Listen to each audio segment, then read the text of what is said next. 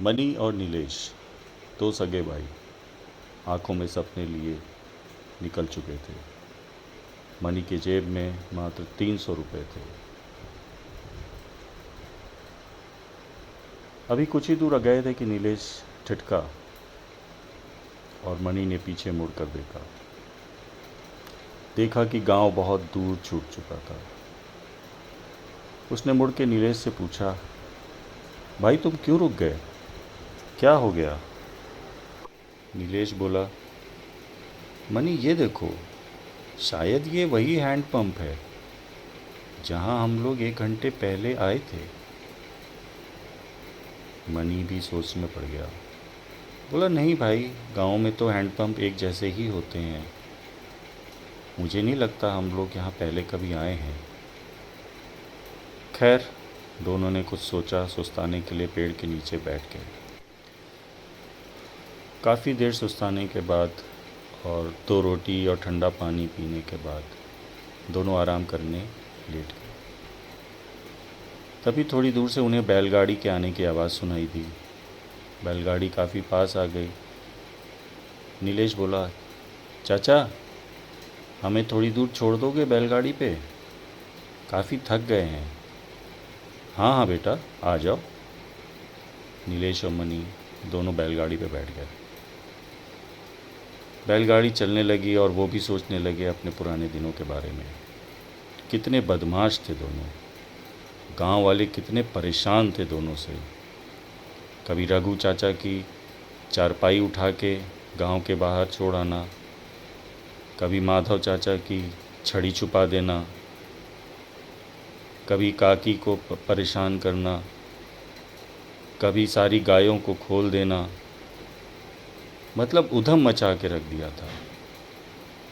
गांव की फसल भी एक बार इन्हीं के चक्कर में ख़राब हो गई थी। गांव वाले इतने परेशान थे कि अब इन्होंने इनके जो पिता थे राघव, उनसे बहुत मिन्नतें की कि भाई इनको गांव से निकालो, इनको बाहर भेजो, अब ये बड़े हो गए हैं, जाके कुछ कमाएं, नहीं तो उधम मचा मचा कर पूरे गांव का सत्यानाश कर देंगे। बैलगाड़ी पे यही सब सोचते सोचते एक दूसरे को देख के दोनों मुस्कुराने लगे।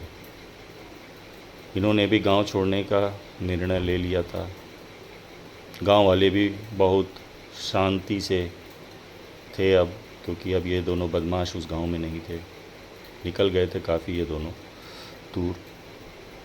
बट नीलेश को एक चीज़ नहीं समझ में आई कि रघु चाचा ने ये क्यों कहा था कि तुम दोनों दाहिनी तरफ मत जाना, गांव से निकलते ही बाईं तरफ मुड़ के और सीधे शहर की तरफ जाना, दाहिनी तरफ मत जाना।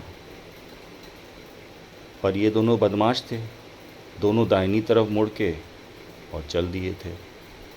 खैर, अब तो काफ़ी दूर निकल आए थे, देखते कहाँ जाते हैं।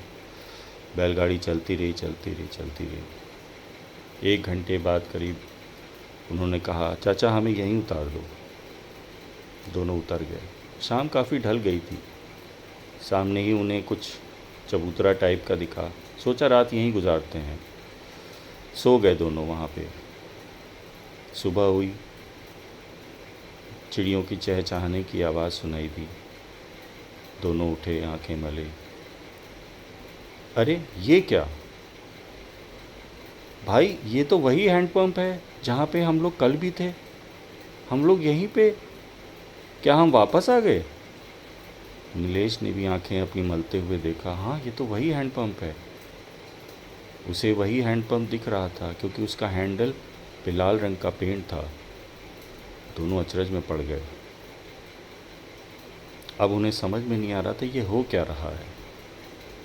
वो इतना चलने के बाद भी वहीं के वहीं क्यों हैं?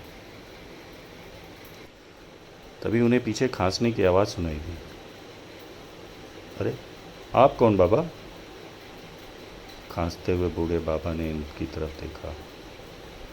बोले, बेटा क्या हुआ, क्यों परेशान हो? नीलेश बोला, बाबा कुछ अजीब सा लग रहा है। हम लोग अपने गांव से निकले हुए 2 दिन हो गए और मुझे ऐसा लग रहा है कल से हम एक ही जगह पर हैं। ये हैंडपंप बार बार हमें वहीं पे दिख रहा है। कुछ चक्कर समझ में नहीं आ रहा है। बाबा ने पूछा, क्या तुम दोनों माधवगढ़ से हो? बोले, हाँ बाबा।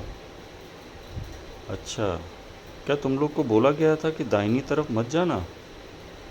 हाँ बाबा। ओह, रास्ते में कोई गुफा भी पड़ी थी?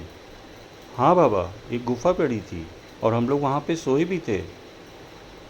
अच्छा, तो गुफा से निकलते हुए तुम दोनों किस रास्ते पे गए?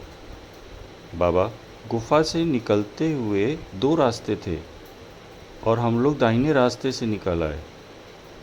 बाबा कुछ देर शांत रहे। उसके बाद उन्होंने उनकी तरफ देखते हुए बताया, बेटा, माधवगढ़ से दाहिनी तरफ 25 किलोमीटर बाद एक गुफा पड़ती है और उस गुफा को कहते हैं वो महाभारत के ज़माने की है, जिसमें अश्वत्थामा कभी रुका था। Welcome to Chandangarh. मैं भी यहाँ से 20 साल से निकल नहीं पाया हूँ और उसी रहस्यमय गुफा से मैं भी दाहिनी तरफ मुड़ गया था। कहते हैं ये गांव से कभी भी कोई नहीं निकल पाया है। हा हा हा हा हा हा हा हा हा।